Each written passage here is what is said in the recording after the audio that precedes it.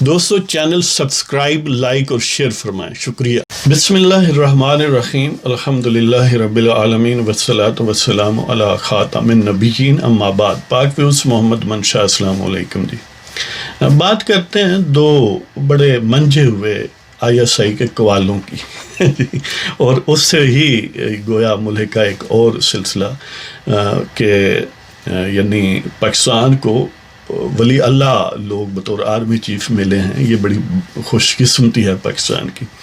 ایک تو ISI کا قوال ہے ہارون رشید، جس نے پہلے ایک شگوفہ چھوڑا تھا کہ 89,500 ملین ڈالر دے کر گیا ہے، حالانکہ سارا جہان جانتا ہے کہ 50 روپے کا اسٹامپ پیپر تھا۔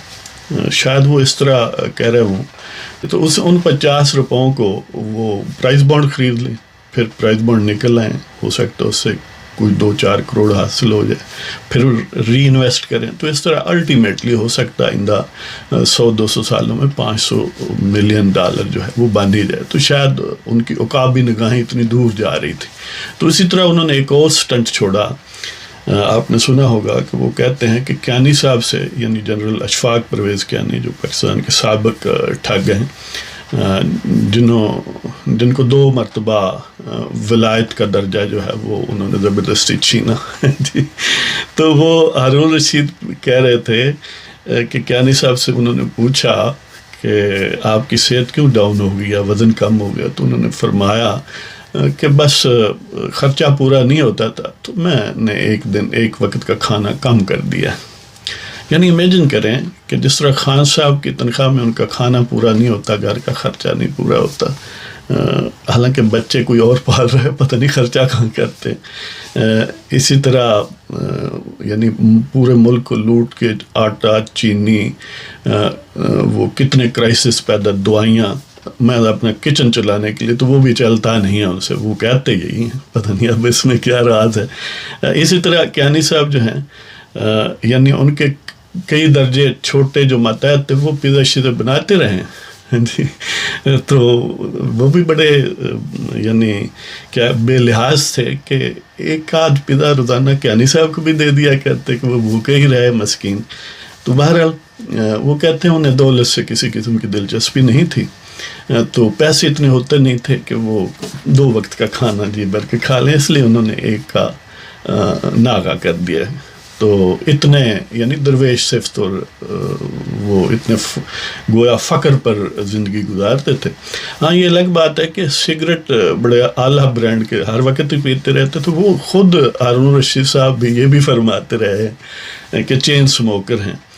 ایک آدھی وہ ڈبیا سگریٹ کی کم کر کے چلو کوئی چھوٹی موٹی روٹی کھا ہی سکتے تھے، کوئی ایک روٹی مل جاتی، شاید اس وقت 50 پیسے یا روپیہ یا 2 روپے کی ہوگی، اسی طرح اچار منگوا لیتے، تو ایک اچار کا جار بھی چھوٹا سا بھی ہوتا تو مہینہ 2 مہینے تو گزر ہی جانے تھے۔ تو خواہ مخواہ اتنا شاید ویسے وہ اپنی روحانی ترقی کے لیے کم کھاتے رہے۔ سنا ہے کہ کم کھانا صحت بھی ہے، اور شاید جو نیک لوگ ہیں وہ ویسے بھی کم کھاتے ہیں۔ تو بہرحال جب بھی کوئی آرمی چیف بنتا ہے نا، تو جو ہی اس کا اعلان ہوتا ہے کہ یہ بن رہا ہے، تو آپ نے یہ نوٹ کیا ہوگا کہ میڈیا میں سر پر یعنی زمین آسمان کے درمیان سپیس اس پروپیگنڈے سے بھر دی جاتی ہے، اب پروفیشنل آ گئے ہیں، پروفیشنل سولجر آ گیا، بس اس طرح کی چیز پہلے نہیں ملی، یہ دنیا میں انوکھا ایک ہیرا بس دریافت ہو گیا، وغیرہ وغیرہ۔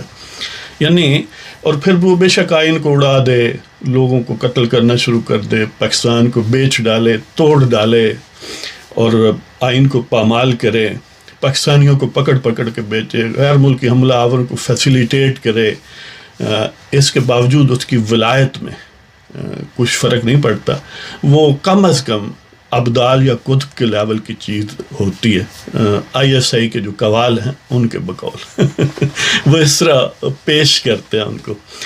تو میں حیران ہوتا ہوں کہ پاکستان بڑا خوش قسمت ملک ہے اس حوالے سے کہ دیکھیں آج تک جتنے آرمی چیف، کوئی 12-13 تو 14 آئے ہی ہوں گے، اب ایگزیکٹ نمبر نہیں ہے میرے ذہن میں، سارے ولی اللہ ہی نصیب ہوئے ہیں، یعنی کوئی بھی غدار نہیں تھا ان میں، سارے اعلیٰ درجے کے سپاہی تھے، انتہائی اعلیٰ درجے کا پروفیشنل کیلیبر ان کا، اور اتنے کمپیٹنٹ کہ کیا بات ہے، آدھی دنیا تو وہ 2 منٹ میں ہی فتح کر لیتے تھے۔ تو اسی طرح اتنے نیک تھے کہ ایک وقت کا کھانا بھی مس کر دیتے تھے کیونکہ پیسے نہیں ہیں اتنے.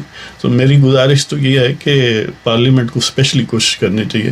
باقی ان کے ایکسٹنشن کے لیے جو قانون بنا سکتے ہیں امیڈیٹلی، تو روٹی کا بندوبست بھی کر دیں، ان کو تھوڑی تنخواہ بڑھا دیں، یا ان کائنڈ کہہ دیں کہ آرمی چیف کو 3 مرتبہ روٹی دن میں دی جائے گی، 3 روٹیاں پر ٹائم. تو بہرحال اتنے نیک لوگ ملے ہیں. اور یہ بھی عجیب بات ہے کہ جتنے وزراء اعظم ملے ہیں سارے غدار ملے ہیں. یعنی ایک طرف کتنی خوش قسمتی ہے کہ جتنے آرمی چیف ملے ہیں وہ سارے ہی سونے کے تھے، سارے ہی ولی اللہ تھے، سارے ہی دنیا کے بہترین سپاہی تھے، اور فاتحین ان کے سامنے تو گویا سکندر اعظم ہی پانی ہی بھرتا ہے. لیکن بدقسمتی یہ ہے کہ جتنے وزراء اعظم ملے سارے ہی نالائق، سارے ہی غدار. کچھ تو قابل گردن زنی ٹھہرے اور کچھ جلا وطنی کے قابل ٹھہرے. یعنی یہ ایک طرف بدقسمتی ہے. اور پھر یہ بھی عجیب بات ہے کہ سب سے زیادہ آرمی چیف اپوائنٹ جو ہیں وہ میاں نواز شریف نے کیے ہیں، اور آپ کو پتہ ہے کہ وہ تو ثابت شدہ غدار ہے. موجودہ سیٹ اپ میں وہ کئی مرتبہ غدار بنا ہے، اور پھر محب وطن بنا ہے، پھر غدار بنا ہے، پھر محب وطن بنا ہے. یہ بھی ان کے پاس ایسی جادوگری ہے اور قوال ایسے ISI کے ہیں کہ اسی بندے کو ایک دفعہ غدار بھی قرار دیتے ہیں، کئی سال وہ غدار رہتا ہے اور پھر محب وطن ہو جاتا ہے. تو اس غدار نے سب سے زیادہ آرمی چیف جو ہیں وہ اپوائنٹ کیے ہیں، اور ایک بھی غلط نہیں ہے بقول ISI یہ آرمی چیف. یعنی اگر غلط ہوتا تو اس کے خلاف کوئی بات کی جاتی نا. تو سارے اتنے مقدس اور ولی اللہ اور کتب ابدال لیول کے آرمی چیف بنائے کوئی 5-6 نواز شریف نے. تو حالانکہ وہ خود غدار ہے تو ان کو کم از کم یہ کریڈٹ تو دے دینا چاہیے کہ دیکھیں غدار ہے لیکن یہ کام نیک ہی ہمیشہ کرتا رہا ہے. یہ وہ سلمان بن عبد الملک جو اموی خلیفہ تھے نا بنی امیہ، یعنی عبد الملک بن مروان بنی امیہ کا بڑا نامور خلیفہ تھے. تو ان کے 4 بیٹے جو ہیں وہ خلافت پر متمکن ہوئے، ان میں سے اور ایک بھتیجا اور داماد عمر بن عبدالعزیز جن کو کہتے ہیں. تو سلمان بن عبد الملک جو عمر بن عبدالعزیز سے پہلے خلیفہ تھے، تو ان کی بعض حرکات کے حوالے سے یعنی ان کے لیے کم مثبت باتیں کی جاتی ہیں تاریخ میں کہ منتقم مزاج تھا، یہ تھا اور وہ تھا.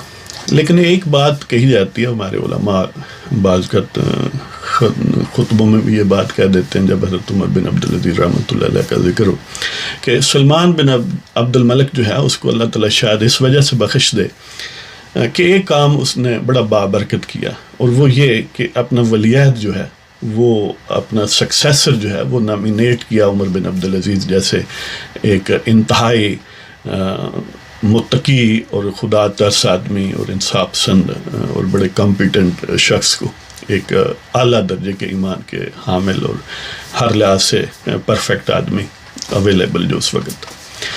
تو اس والے سے اس کے لیے کلمہ خیر بھی کہتے ہیں کہ چلو باقی اس میں خرابیاں تھیں، یہ تو کام بہت برکت کر چکا. تو اسی طرح چاہیے تو یہ کہ موجودہ جو ٹھگ ہیں آرمی ہاؤس میں بیٹھے ہیں جی، جو ویسے تو مقدس لوگ ہیں، یہ ہم جیسے غدار لوگ ان کو ٹھگ کہہ رہے ہیں نا، ویسے تو مقدس لوگ ہیں، تو انہیں اور ان کے ISI کے قوالوں کو یہ نکتہ تو اٹھانا چاہیے کہ دیکھیں میاں صاحب بہت برے ہیں، را کے ایجنٹ ہیں، مودی کے یار ہیں، یعنی ہر برائی ہے ان میں، غدار ہیں، ملک دشمن ہیں. دیکھو 5 دھماکوں کے مقابلے میں 6 کر دیے، حالانکہ نہ کرتے تو پیسے 4 مل جاتے، 4 پیزے ہی بن جاتے. اس طرح خام خواہ موٹر ویز بنا دیں اور خام خواہ پاور جنریشن اس قسم کا. تو ان کو یہ کریڈٹ تو دینا چاہیے کہ انہوں نے 5-6 مرتبہ آرمی چیف بنایا اور سارے ولی اللہ چن کے بنایا جی.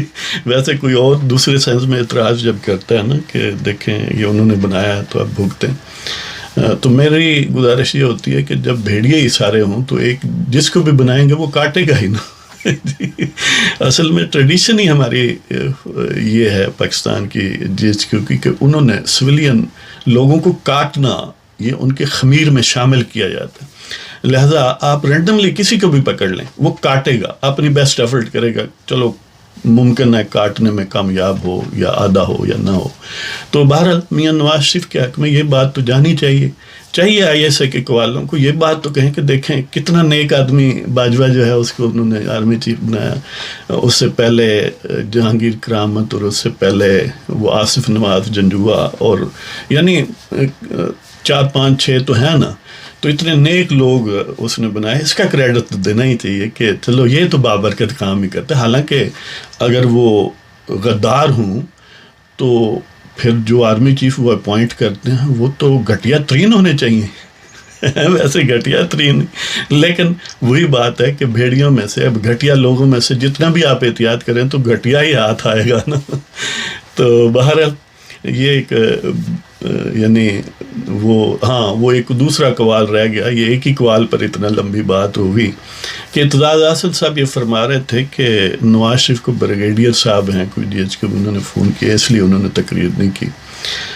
اور اس طرح کی دیکھیں یہ پہلے بھی اتنی ڈیلیں کر کے یہ بیرون ملک چلا گیا، پارٹی رہنماؤں کی نام گنوا رہے تھے، ان کو ادھر چھوڑ گیا، چودھری نثار کو چھوڑ گیا. اب چودھری نثار جو ہے وہ آرمی کا اپنا چمچہ تھا، اس کو ساتھ لے جاتے زبردستی اور پوری پارٹی کو لے جاتے. یہ تو مشرف کے لیے مہربانی ہوتی. حالانکہ جس طرح باقی سزائیں ہیں نا، عمر قید ہے، بامشقت یا جرمانہ یا سزائے موت ہے، اسی طرح کی جلا وطنی ایک سزا ہے اور انتہائی ورسٹ سزاؤں میں سے ایک ہے. اگرچہ پاکستان میں آئین اور قانون میں ایسی کوئی سزا نہیں ہے جلا وطنی کی، لیکن جو پاکستان کے ٹھگ ہیں جو اس پر زبردستی قبضہ کرتے ہیں وہ اس سزا کو بھی استعمال کرتے ہیں اور کئی سویلین حکمرانوں کو مختلف ہتھ کنڈوں سے. لیکن اس صورت میں نواز شریف اور فیملی کو تو زبردستی بالکل سیدھا سادہ، یعنی کوئی کسی انڈائریکٹ نہیں بات، زبردستی انہوں نے جلا وطن کیا تھا. اس کے بعد میاں صاحبان نے ملٹیپل ٹائمز کوشش کی واپس آنے کی اور کورٹ کے آرڈر کے باوجود ان کو واپس بھیجا گیا. یعنی آئین اور قانون کی دھجیاں اڑائی گئیں. پہلے تو ویسے ہی جلا وطنی کسی آئین قانون میں لکھی ہوئی نہیں ہے، اور پھر ان کی ڈسپوزل پر تھے نا، وہ قید میں تھے تو نہ چھوڑتے. تو وہ اعتزاز حسن کہتے ہیں کہ یہ ڈیل کر کے گئے. تو اس طرح بہت سارے کرٹک. حالانکہ یہ بات طے ہے کہ ایک سزا ہے اور زبردستی انہیں دی گئی ہے.